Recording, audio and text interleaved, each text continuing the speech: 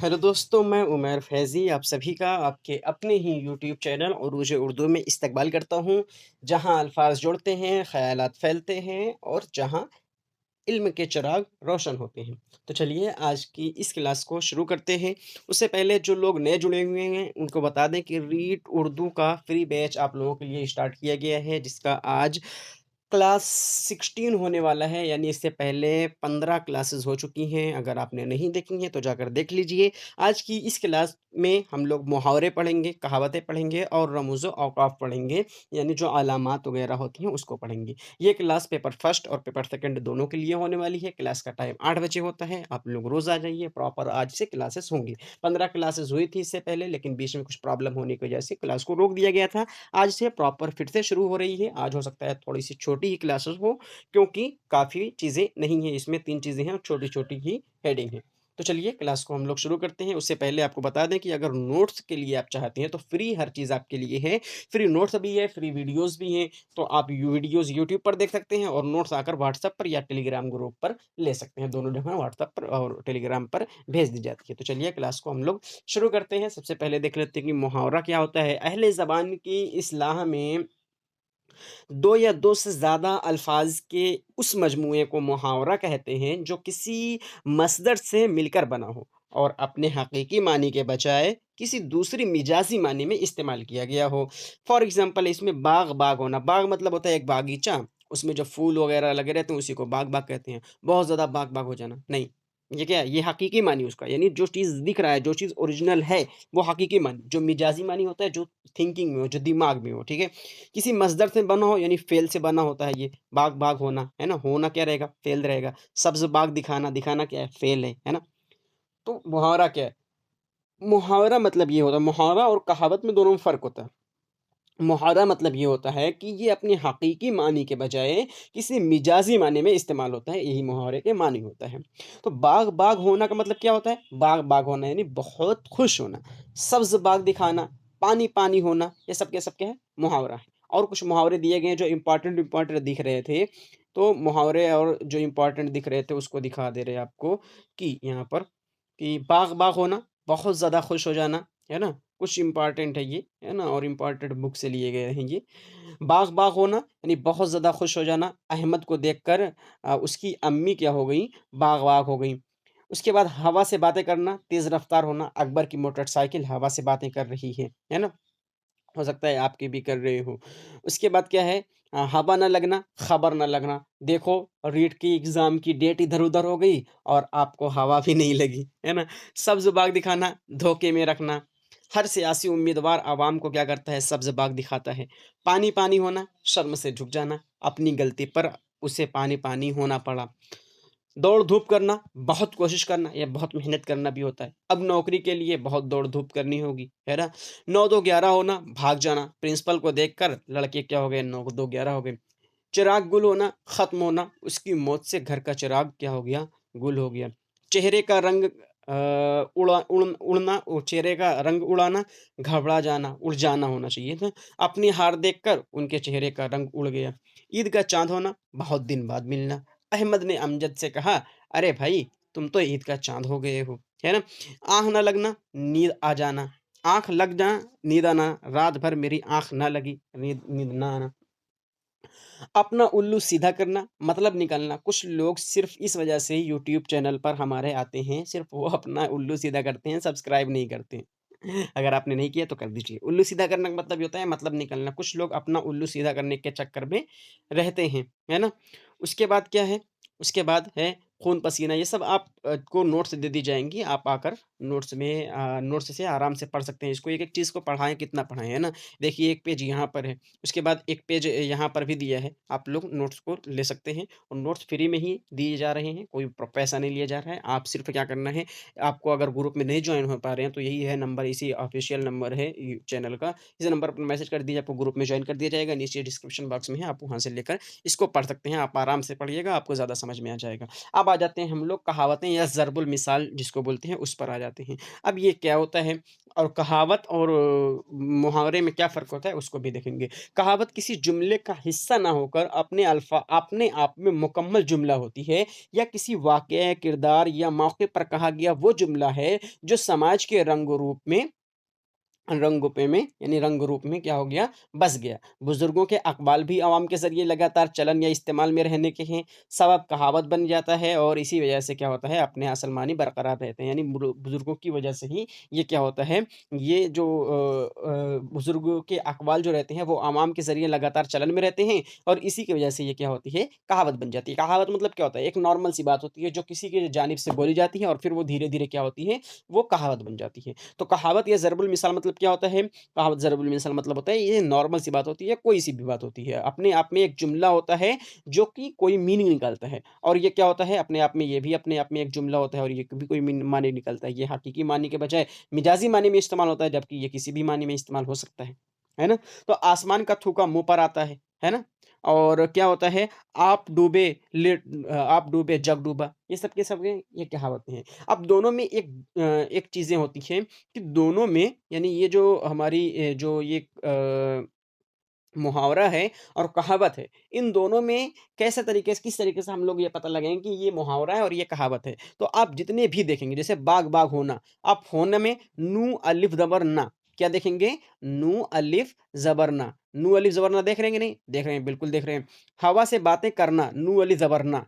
सब्ज़ बाग दिखाना, नू अलिफ ज़बर ना। नू अली ज़बर ना जितने भी चीज़ों में लास्ट में आएगा, वो क्या रहेंगे? वो हमारे मुहावरे रहेंगे। यही एक तरीका है मुहावरे और ज़रबुल मिसाल को फ़र्क करने का। जबकि ऐसा बहुत जैसे 90% ऐसा होता है, 10% कुछ ऐसे भी होते हैं जिसमें कहावतें भी ऐसी हैं, जो कि मुहावरे की तरह नू अली ज़बर ना लास्ट में आती हैं। लेकिन ज़्यादातर ऐसे देखते हैं आँख लगना, उल्लू सीधा करना, आपे से बाहर होना, है ना?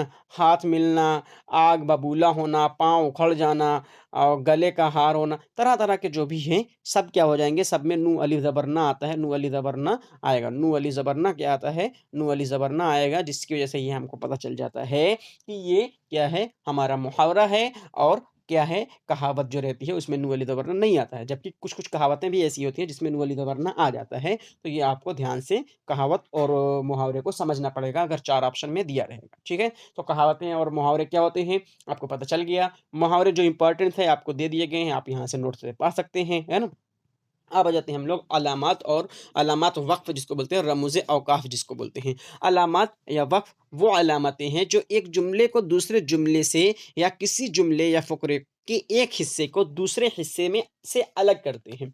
इन अलामत को बहुत बड़ा फ़ायदा ये होता है, इन अलामात से बहुत बड़ा हम लोगों को फ़ायदा ये होता है कि अव्वल तो इनकी वजह से नज़र को सुकून मिल जाता है और थकने नहीं पाते हैं। यानी हम लोग क्या करते हैं, ऐसे बात ऐसा पढ़ते-पढ़ते थोड़ा-सा रुकते जो हैं, है ना? साँस लेने के लिए रुकते हैं या कुछ करने के लिए रुक जाते हैं। तो ये हम लोग ठहराव देख लेते हैं कि भाई मुझे ठहराव कहाँ है? मेरा फुल डैश कहाँ पर आ रहा है? तो जब डैश देखते हैं, हम लोग रुक जाते हैं, है ना? और थकने नहीं पाते हैं। दूसरी अहम और मुफ़ीद बात ये होती है कि ज़हन हर जुमले या जुज़् जुमले के मफ़हूम को पहचान लेता है। यानी जैसे ये हो गया कि जैसे हमने क्या कहा, रुको, देखिए एक है रुको, मत जाओ, मत जाओ, है ना? तो उन्होंने क्या समझा, जैसे कोई ऐसा नॉर्मल इंसान है, वो क्या समझेगा, हमने कहा कि रुको मत जाओ, है ना? तो वो यहाँ पर अगर ऐसे डैश लगा दी है, क्या कहे, कॉमा लगा दी है, बोलेगा रुको मत, हमारी बात वो इस तरीके से समझा, रुको मत, वो मैं आपसे कह रहा हूँ रुको मत, जाओ, तुरंत जाओ, है ना? लेकिन हकीकत में मैंने क्या कहा था?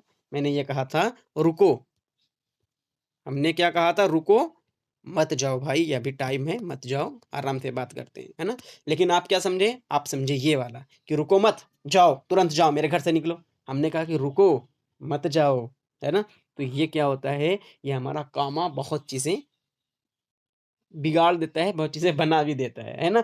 तो ये दूसरी अहम मुफ़ीद ये है कि ज़हन हर जुमले जज़ों को पहचान लेता है और फ़करों या जुमले के हिस्से को अलग-अलग करने से उनका मतलब समझने में आसानी होती है। और तीसरी ख़ास बात ये है कि इसके इस्तेमाल के बगैर इबारत भोंदी लगती है, यानी अगर हम यहाँ पर ये हटा दे रहे हैं, यहाँ पर हटा दे रहे हैं, तो समझ में नहीं आ रहा है हमको रुकना कहाँ है, कितना क्या समझना है, कितनी बातें कैसे लिखी गई हैं, है ना? तो अलामात का मतलब ये होता है कि हमको जो चीज़ें दिमाग को सुकून मिलती हैं, जिस चीज़ों से हमको समझने में आसानी होती है, वही होती है अलामात। वहीं पर अलामात का इस्तेमाल करते हैं, अगर उसका इस्तेमाल ना करें तो हमारे दिमाग को सुकून नहीं मिलेगा और जो लिखे रहेंगे वो बेकार दिखेगा और उसमें कुछ मज़ा नहीं आने वाला, है ना?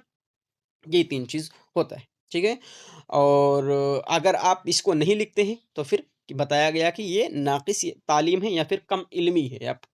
ये आपके पास तालीम की कमी है या फिर आप उस लायक नहीं हैं कि आप डैश वग़ैरह समझ पाएँ, ठीक है? तो अब यहाँ पर कुछ दिए गए हैं, नाम वग़ैरह दिए गए हैं, अंग्रेज़ी और उर्दू का नाम दिया गया है, फिर उर्दू नाम दिया गया है और फिर अलामात दिए गए हैं। जैसे हम लोग बोलते हैं कि ठहराव, इसको कॉमा बोलते हैं। सख्ता इसको बोलते हैं उर्दू में ठेस और फिर इसको देखिए अलामत कुछ इस तरीके से होती है ठहराव, छोटा ठहराव इसको बोलते हैं कॉमा। सेमीकोलन किसको बोलते हैं? वक़फ़ा को बोलते हैं। इसकी निशान इस तरीके से रहता है। मिलाने वाली अलामत किसको बोलते हैं? कॉलन बोलते हैं। राब्ता यानी जब हम लोग ऐसे सवाल लिखते हैं ना सवाल या फिर जैसे लिखते हैं एग्ज़ाम्पल, एग्ज़ाम्पल ऐसे लिखते हैं ना, तो एग्ज़ाम्पल के सामने कौन-सा लगता है? एग्ज़ाम्पल के सामने एक कॉलन लगता है यानी कॉलन यानी राब्ता इसको बोलते हैं। ठीक है? अब उसके बाद क्या होता है कि तफ़सील यानी क्या होता है तफ़सील बताने वाला जो होता है, वो देखो इस तरीके से होता है। हमने कोई चीज़ लिखा, हेडिंग डाली, उसके बाद ऐसे लिख दी, है ना? कि इसके आगे जो रहेगा वो हमारी तफ़सील रहेगी जो हम लोग लिख रहे हैं। तो तफ़सील बताने वाला क्या होगा? डैश का नाम रहेगा, तफ़सीला इसको बोलते हैं इंग्लिश में और इसकी अलामत कुछ इस तरीके से होती है। ख़त्मा क्या होती है? ख़ात्मा इसको बोलते हैं उर्दू में और फुल स्टॉप इसको बोलते हैं इंग्लिश में और इसका अलामत कुछ इस तरीके से रहती है। ये इस तरीके से हल्की सी कॉलर को। अगर बहुत बड़ा कर दो हाइफ़न हो जाएगा। ऐसा हल्का-सा रहेगा, ठीक है? तो इसको ख़त्मा बोलते हैं यानी ख़त्मा।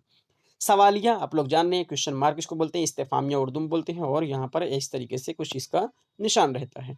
फ़जाइया एक्सक्लेमेशन मार्क इसको बोलते हैं, फ़जाइया मतलब ऐसा स्लैश एक स्लैश नहीं होता है, ऐसा ही होता है। एक्सक्लेमेशन यानी हैरानी की जब कोई चीज़ हैरान या परेशान होकर कोई चीज़ वो है ना, ऐसा करके बोला जाएगा वाओ! ये तरह के अल्फ़ाज़ जो आते हैं, जो अपने बेसाख्ता ज़बान से निकल जाते हैं, उसको फ़जाइया निदाइया बोलते हैं, तो वो उसका निशान इस तरीके से होता है। उसके बाद ब्रैकेट होता है, कौसैन इसको बोलते हैं, छोटा ब्रैकेट, है ना? उसके बाद खत या डैश भी बोलते हैं, ऐसे-ऐसे जो रहता है, इसको डैश हम लोग जानते हैं, खत बोलते हैं इसको उर्दू में। उसके बाद 2 जगह 2 जो रहता है, 2 जगह 2 काफ जो रहेंगे, उसको इन्वर्टेड कॉमा कहते हैं, यानी जो देखो ऐसे, ऐसे वावेन इसको बोलते हैं, इन्वर्टेड कॉमास बोलते हैं, ठीक है? 2 जगह 2 कॉमा रहते हैं, तो क्या रहते हैं, इस तरीके से रहेंगे कि यानी बीच में कुछ इम्पोर्टेंट बातें की गई हैं, वावेन इसको बोला जाता है। मुरक्कब अलामत यानी हाइफ़न होता है, इसको ज़ंजीरा बोलते हैं, ज़ंजीरा ऐसे डैश की तरह लेकिन ये बीच में लगता है और बड़ा हो जाता है, तो इतना ज़ंजीरा रहता है, ठीक है? तो ये चीज़ थी क्या बोलते हैं, ये थी कुछ निशान जो हमारी अलामत रहती है, जो आपके सिलेबस में दिया गया है। अगर आप इसका इस्तेमाल नहीं जानते, इसका इस्तेमाल नहीं जानते, किस तरीके से किया जाता है, तो कमेंट करके ज़रूर बताइएगा। इसको फुल वीडियो बना देते हैं देंगे क्योंकि इसकी इस्तेमाल वगैरह पर 1 से 2 क्वेश्चन बनेगा ही बनेगा, हर हाल में बनेगा। तो आप लोग ज़रूर बताइएगा अगर ये आपको नहीं आ रहा है तो फिर से इसको डिटेल में पढ़ा देंगे वरना हमको लग रहा है कि नॉर्मल सबको आना चाहिए। लेकिन अगर कोई इंग्लिश मीडियम या फिर अदर सब्जेक्ट का स्टूडेंट है तो हो सकता है उसको ना आ रहा हो, है ना?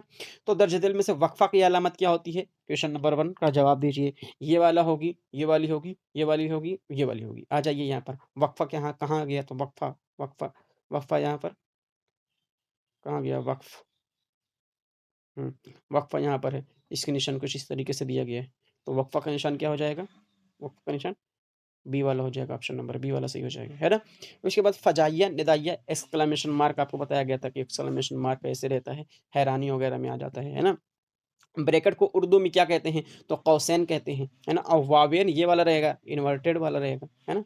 इन्वर्टेड कॉमा रहता है। ऐसा लफ़्ज़ जिसके ज़रिए जज़्बा, हैरत या गुस्सा या खौफ़ ज़ाहिर हो रहा हो तो य वहाँ पर क्या निशान लगता है? तो वहाँ पर एक्सक्लेमेशन मार्क लगता है, जज़्बा, हैरत, गुस्सा, है ना? ये एक्सक्लेमेशन मार्क रहता है, ऑप्शन नंबर सी वाला सही हो जाएगा, है ना? तो ये थे 4 क्वेश्चन आपके जो प्रीवियस ईयर से लिए गए थे और प्रीवियस ईयर में जो भी क्वेश्चन बने थे इस टॉपिक से वो लिए गए। आज की क्लास छोटी ही थी, क्लास कैसी लगी ज़रूर बताइएगा और ये वाला अगर आपको इसका यूज़ेज़ नहीं पता है, किस तरीके से यूज़ किया जाता है, तो कमेंट कीजिएगा, आपको इसके फिर से बता दिया जाएगा, 1 से 2 क्वेश्चन इससे बनते हैं और ये वाला जो है आज क्लास इसी वजह से छोटी थी क्योंकि इसमें किस वजह से टाइम लगाएँ, आप आराम से पढ़ सकते हैं। अभी इसमें क्या समझाएँ, इसमें सब चीज़ समझनी है, सिर्फ़ पढ़ना है, आपको ध्यान रखना है बस, है ना?